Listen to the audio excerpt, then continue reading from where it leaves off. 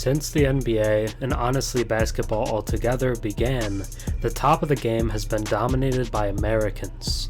We went from Wilt and Bill to Magic and Bird, to Jordan to Shaq to Kobe, and in the late 2000s and 2010s, we had LeBron, Steph, and KD, but all of a sudden the game is shifting to an international place.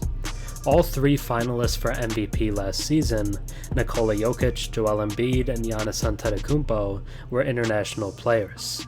Luka Doncic and Shai Gilgeous-Alexander, also both first-team All-NBA selections, are not Americans. The past era of American superstars is kind of aging out. Carmelo Anthony has already retired, LeBron is 38, Steph is 35, and KD is 34. So who will be the next face of American basketball, when the USA desperately needs one? As Team USA is gearing up for the FIBA World Cup with a young roster, now is a better time than ever to really tackle that question. Morant and Zion Williamson are both strong candidates, but have clear off-court issues. That takes us to Devin Booker and Jayson Tatum, both of whom have already made first-team All-NBA. Honestly, both of them are very strong candidates for that mantle. But instead, I want to take us to a younger star, and that would be Minnesota Timberwolves wing Anthony Edwards. He just turned 22 years old, and could be a superstar for the next 15 years. The current Team USA roster is going to have to find a go-to option down the stretch of games. None of Booker, Tatum, Ja, or Zion are on this World Cup roster, so that leaves Edwards as the closest thing to a real superstar. But between Brandon Ingram, Jalen Brunson, and Edwards, count on Ant-Man being Team USA's go-to guy.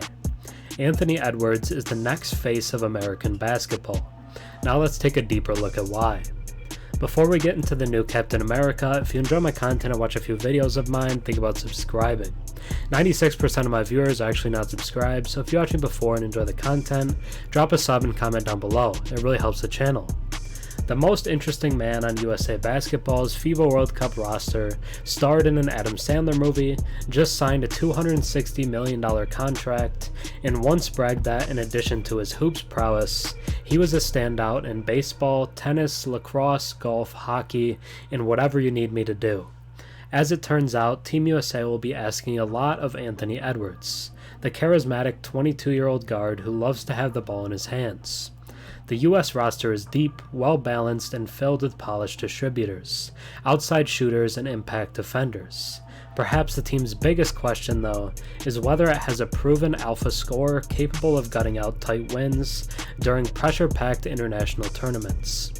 Team USA needed Kobe Bryant to bring home gold at the 2008 Beijing Olympics, and the program would have fallen short at the Tokyo Games in 2021 if not for Kevin Durant's late-game heroics.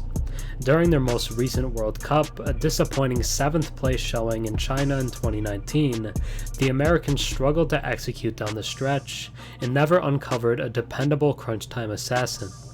Of the 12 players headed to the Philippines for the World Cup this month, the athletic and fearless Edwards seems best equipped and most eager for the closer role.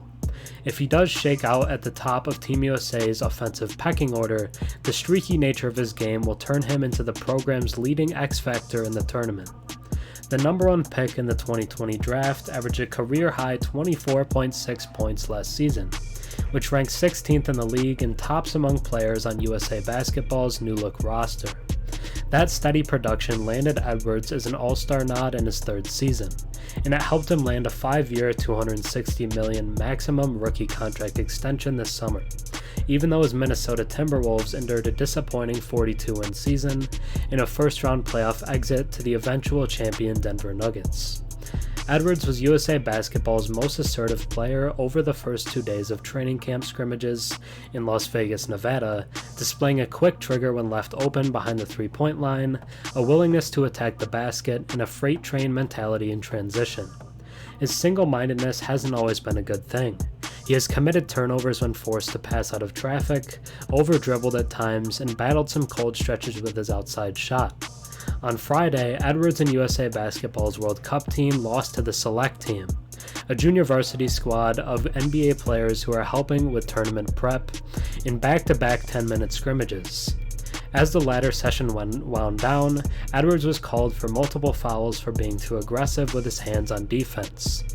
While coach Steve Kerr said select team upsets are a time-honored tradition for USA, the date from the 1992 Dream Team, Edwards was less forgiving. "We looked bad, we've got to get it together quick," he said, noting that the team is still adjusting to FIBA rules and officiating. "We'll figure it out. You can't touch the ball handler with your hands, and a lot of fouls we try to draw aren't fouls. I don't play for the fouls anyway, so it's no difference for me." Indeed, there is a purity to Edwards' scoring game, which eschews flopping and herky-jerky movement in favor of powerful drives to the hoop, a smooth release, and impressive hang time. He showed off a little bit of his mid-air magic during Friday's scrimmage, gliding under the basket for a double-clutch layup that few of his teammates could replicate. Team USA's other lead guards, Jalen Brunson and Tyrese Halliburton, rely more on craft than vertical athleticism, while its top wing scorers, Brandon Ingram and Mikal Bridges, do most of their damage from the mid-range and behind the arc. Ant is just relentless, Orlando Magic forward Paolo Banchero said. "He's always looking to get downhill to create for himself and others. You can't really ever take a break when you're guarding him. He's very vocal as well, a great all-around player and a great teammate too."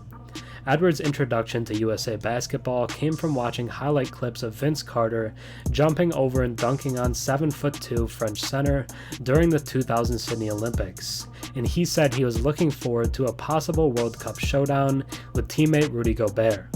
Kerr and his staff probably need to weigh how much Edwards is too much. Many top international teams thrive on ball movement and motion offenses, and Edwards is still refining his playmaking and decision-making skills. Last season, he averaged a career-high 4.5 assists, but many of those reads came when he attacked the defense in isolation and drew extra defenders. Team USA and Kerr's Golden State Warriors have typically favored an offensive style that's based on quicker decisions and constant off-ball movement, which could require some adjustment from Edwards. Some international opponents might also be content to let him operate one-on-one if that means disrupting the Americans' overall offensive flow. This much is certain.